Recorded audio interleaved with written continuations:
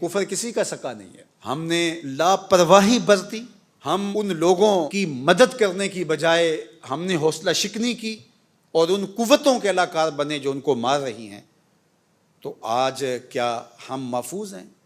آج ہماری ہمسائیگی کے اندر انڈیا کو ہمارے خلاف کھڑا کر دیا گیا ہے۔ ایک جھوٹا مکر فریب پر مشتمل ایک ڈرامہ رچایا گیا ہے۔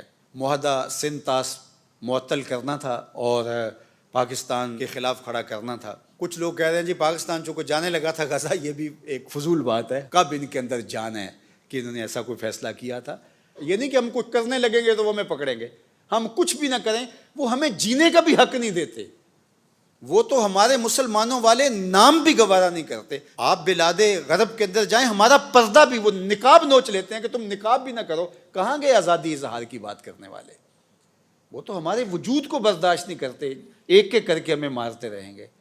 لیکن بہرحال یہ موقع ایسا ہے کہ ہمیں متحد ہونے کی ضرورت ہے، ورنہ یہ بات ذہن میں رکھیے گا، عالمی سطح پہ متحد نہیں ہوں گے تو جو حال ہوا ہمارا وہ آپ کے سامنے ہے۔ اور اگر ہم ملکی سطح پہ متحد نہیں ہوں گے تو ہم سے کتنی بڑی طاقت ہمارے مقابل کھڑی ہے، اور دنیا کے بڑے بڑے جگادری اور دنیا کے بڑے بڑے بدماش اس کی پشت کے اوپر ہاتھ رکھ کر کے اس کو کہہ رہے ہیں تو دلیر ہو، وہ پاکستان کے وجود کو برداشت نہیں کر رہے۔ پاکستان کے وجود کو ہمارے کچھ مسلم ممالک بھی برداشت نہیں کرتے اس اعتبار سے کہ یہ ترقی کرے۔ وہ چاہتے ہیں یہ محتاج ہی رہے تاکہ ہم سے ٹکڑے لیتا رہے اور ہمارا دست نگر رہے، کیونکہ اس کا قوی ہونا، طاقتور ہو جانا ان کو بھی وارے نہیں ہے۔ دشمن کی تو بات دشمن کی رہی، اور عالمی طاقتوں کی بات نہیں کرتا، وہ تو اس کو ہمیشہ مقروض رکھ کے ذلیل و رسوا کر کے ان سے ہمیشہ اپنے مطالبات منوانے کے چکر میں رہتا ہے۔ اور ہمارا ہمسایہ تو پہلے دن سے ہمیں کبھی اس نے قبول نہیں کیا۔ اندرا گاندھی نے کہا تھا کہ ہم نے دو قومی نظریے کو کب سے اکھاڑ کے پھینک دیا ہے سمندر کے اندر۔ جب مشرقی پاکستان الگ ہوا تو اس نے کہا ہم نے جنازہ نکال دیا ان کے دو قومی نظریے کا۔ اب یہ بچا کھچا پاکستان، اس کے بھی وہ ٹکڑے بکھرے کرنا چاہتے ہیں، اور پاکستان کے وجود کو پوری دنیا کی کوئی طاقت قبول کرنا نہیں چاہتی۔ اندر سے بھی جوکیں لگی ہیں، نوچ رہی ہیں اس کو۔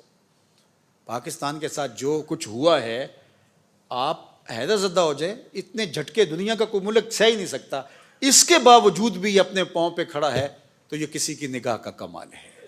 فانوس بن کے جس کی حفاظت ہوا کرے، وہ شمع کیا بجھے جسے روشن خدا کرے۔ اس لیے پاکستان، میں نے بارہا کہا ہے، مٹنے کے لیے نہیں، قیامت تک قائم رہنے کے لیے معرض وجود میں آیا ہے۔ تو اس وقت حکومت کے کارپردازان کو اور عوام کو، اپوزیشن کو، سب لوگوں کو مل بیٹھ کے سوچنا ہوگا، ملک کے لیے اپنی اپنی اناؤں کو ذبح کرنا ہوگا اور مل کے اس وطن کے لیے سوچنا ہوگا۔ اگر پاکستان ہے تو ہم ہیں، اور اگر پاکستان نہیں تو پھر ہمارا وجود کہاں ہے؟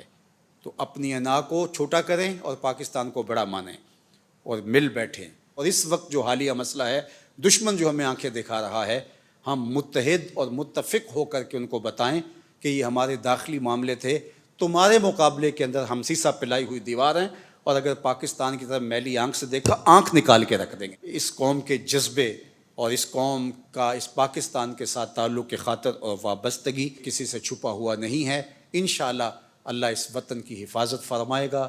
میں اس موقع پر پاکستانی گورنمنٹ کو، اپوزیشن جماعتوں کو اور جتنے بھی ادارے ہیں سب کو کہتا ہوں کہ اس حساسیت کو مد نظر رکھتے ہوئے اس وقت وہ جڑ کے بیٹھیں اور دشمن کو دندان شکن جواب دیا جائے۔ یہاں کوئی کمزور بیان، کمزور بات، کمزور پالیسی لوگوں کو توڑ کے رکھ دے گی اور لوگوں کا مورال نیچے کرے گی۔